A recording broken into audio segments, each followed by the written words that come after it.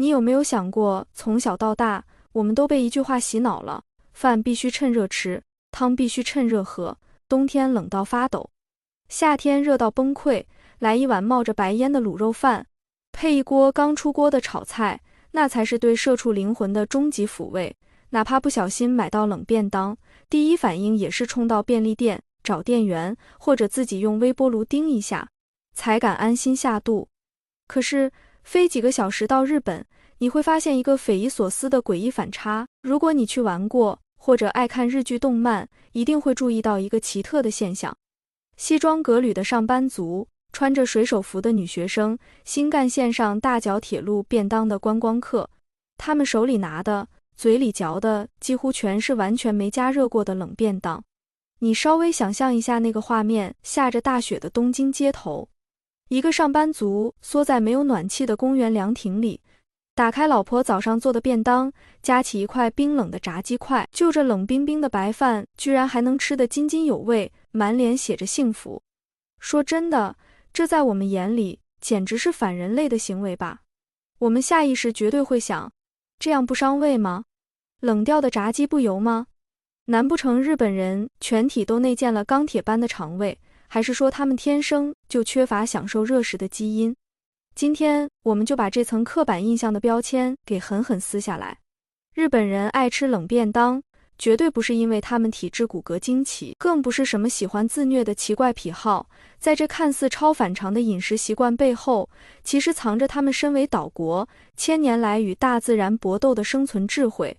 还有那种堪称极致的食品科学考量，甚至还有那些绝大多数外国人根本看不懂也察觉不到的社会潜规则。看完这期内容，你不仅会对日本文化有全新层次的理解，下次再去日本吃冷便当的时候，或许也能吃出完全不同的滋味哦。要解开这个冷食情节的第一个谜团，我们得先把时间的指针拨回古代，从最残酷也最现实的生存与食安问题开始说。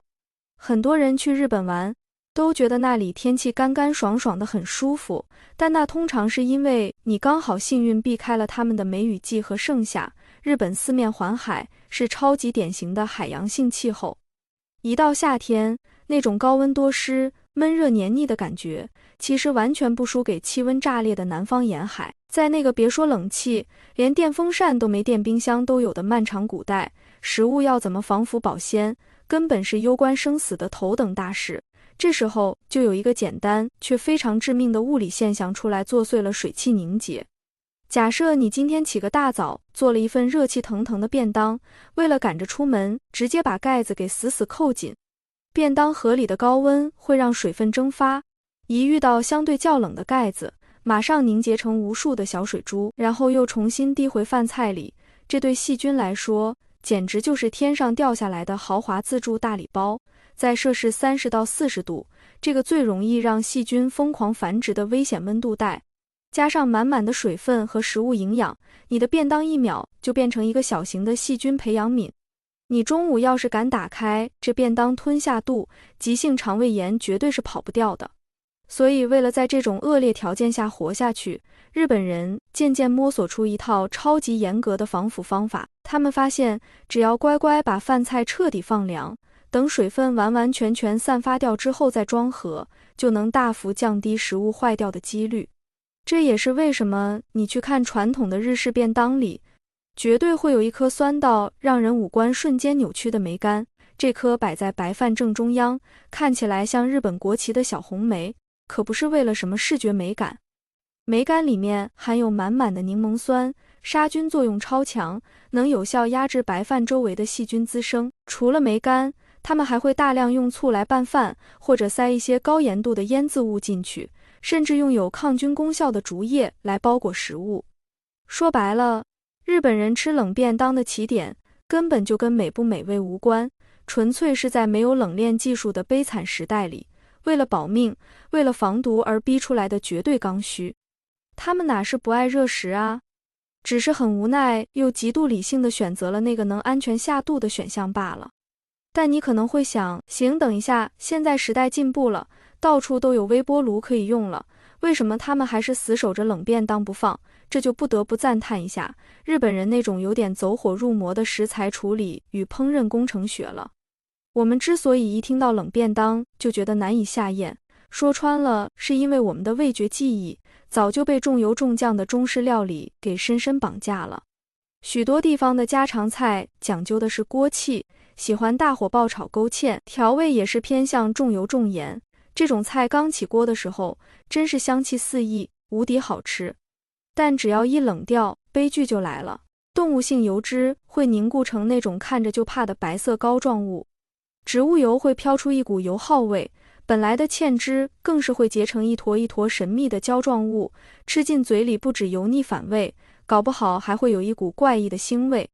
一句话总结，中餐很多时候是一门为热食而生的艺术，可是人家日式便当不一样，从备料的那一秒钟开始，它就是完完全全为冷食量身定制的，他们的烹饪逻辑跟我们有着本质上的巨大差异。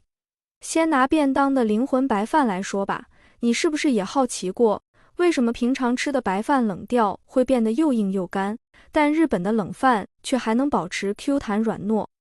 这一方面是因为他们广泛种植的短粒精米本身保水性就比较好，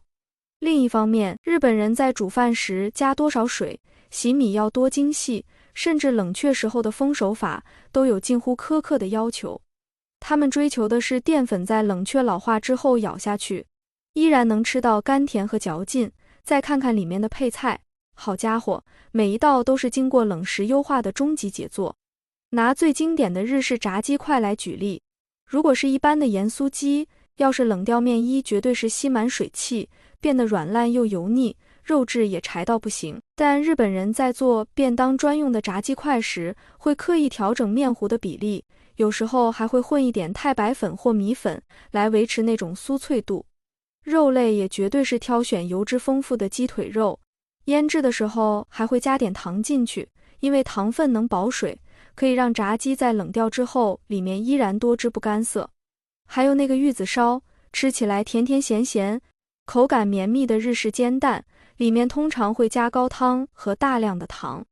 同样是利用糖的保水跟防腐特性，让玉子烧就算放冷了，吃起来还是像海绵蛋糕那样湿润柔软，口感简直绝了。不止烹调手法讲究，日式便当在装填这个环节更是充满了各种吹毛求疵的细节。为了怕不同菜色的味道打架，或者汤汁去泡烂白饭毁了口感，他们会想尽办法沥干所有食材的水分跟油脂。你去看日本妈妈做便当，都会拿厨房纸巾在那边狂吸烤鱼表面的油，或是用那种可爱的小分隔杯、铝箔纸，甚至是新鲜的生菜叶，像盖护城河一样，把每一道菜严格隔离开来。他们绝对不允许出现那种卤肉汁流的到处都是，炸排骨被旁边菜汤给泡软的大乱炖悲惨场面。人家追求的是一种极致的克制跟清爽，要确保食材在冷却的状态下还是能吃出清晰的层次感跟原有的鲜甜。所以当一个日本人吃着冷便当的时候，他嘴里品尝的其实是一套经过精密计算，专门为了冷吃而设计的美食系统。他们根本不需要靠高温来逼出香气，因为冷却本身就是这道料理不可或缺的一部分。不过话说回来，如果单单只是因为气候考量，或是烹饪技术太强，其实还不足以完全解释为什么现代日本人宁愿放着微波炉不用，也非要坚持吃冷便当不可。真正让冷便当变成一种几乎是全民信仰的，是那个深植在他们社会骨髓深处，让外国人常常感到窒息的文化潜规则，不给别人添麻烦。日本真的是一个高度强调集体主义跟同僚压力的社会。他们有句超有名的俗语叫突出的钉子会被敲下去。在这种动不动就有压力的文化氛围里，读空气几乎成了每个人从小必修的生存技能。在公共场合，任何一点可能会引起别人不舒服、打破群体和谐的行为，都会被当成是极度没有教养的表现，而气味偏偏就是公共空间里最敏感的那个地雷。你试想一下，在一个安安静静的封闭办公室，或者是在挤满人、安静到连根针掉地上都听得见的新干线车厢里，要是有人突然打开一个热腾腾的、散发出超浓郁蒜香、卤肉香还是韭菜味的热便当，那味道绝对是1秒弥漫整个空间。这在我们看来可能会觉得，哇靠，好香哦，肚子都饿了。但在日本人的社交词典里，这可是被称为气味骚扰的严重失态。他们会觉得你的食物味道强行侵入了别人的呼吸空间，强迫别人闻你的午餐。这就是一种超级自私、完全不顾及别人感受的添麻烦行为。为了不让自己变成众矢之的，为了不当那根破坏气氛的钉子，日本人宁可委屈一下自己的胃，也绝对不愿在公共场合散播食物的气味。冷便当因为没有热气一直往上蒸腾，食物的气味就被完美地锁死在食材里面，只有在送进嘴里咀嚼的那一瞬间，香气才会在自己的口腔中释放出来。想想还真是，这是一种多么优雅却又多么压抑的社交妥协啊！吃冷便当可以说是完美契合了日本社会对于边界感的那种极致追求。除此之外，在学校或是公司里，时间也是个很残酷的考验。中午休息时间通常就那么短短1小时，如果全公司几十个人，全校几百个人都要挤着排队等那少得可怜的几台微波炉，不止浪费宝贵的休息时间，后面排队的人散发出来的那股无形压力，绝对会让正在用微波炉的人感到如坐针毡。与其在微波炉前面焦虑地盯着倒数计时，忍受别人的目光，还不如干脆直接打开精心制作的冷便当，安安静静、从容不迫地享受属于自己的午餐时光。久而久之，吃冷便当早就不是什么无奈的选择了，而是演变成了一种大家都懂的群体默契和社会契约。甚至我们还可以稍微拉高一点层次，从美学的角度来看看这个现象。日本文化深受禅宗影响，很追求那种物哀与静态的美感。大家都说日本料理是用眼睛来吃的，超级注重摆盘的色彩搭配跟空间留白。热腾腾的食物香归香，但往往伴随着冒泡的汤汁、融化流动的油脂，视觉上看起来就容易显得稍微凌乱。而冷便当呢，就像是一个被时间暂停的艺术品，红色的番茄，绿色的花椰菜，黄澄澄的玉子烧，在没有热气干扰的情况下，颜色看起来更加饱和，轮廓也更加清晰，整个呈现出一种端庄冷静、井然有序的秩序之美。当一个日本人打开便当盒的那一刹那，他最先享受到其实是一场视觉的盛宴。这种对美的执着，说真的已经超越了单纯填饱肚子的生理需求了吧。总结来说，日本人那么爱吃冷便当，绝对不是网络上瞎传的什么体质奇特或爱自虐，这完全是一个交织着地理气候的无奈、保命的历史智慧、匠人精神的烹饪改良，还有日本那种独特的耻感文化与社交边界感的超复杂综合体。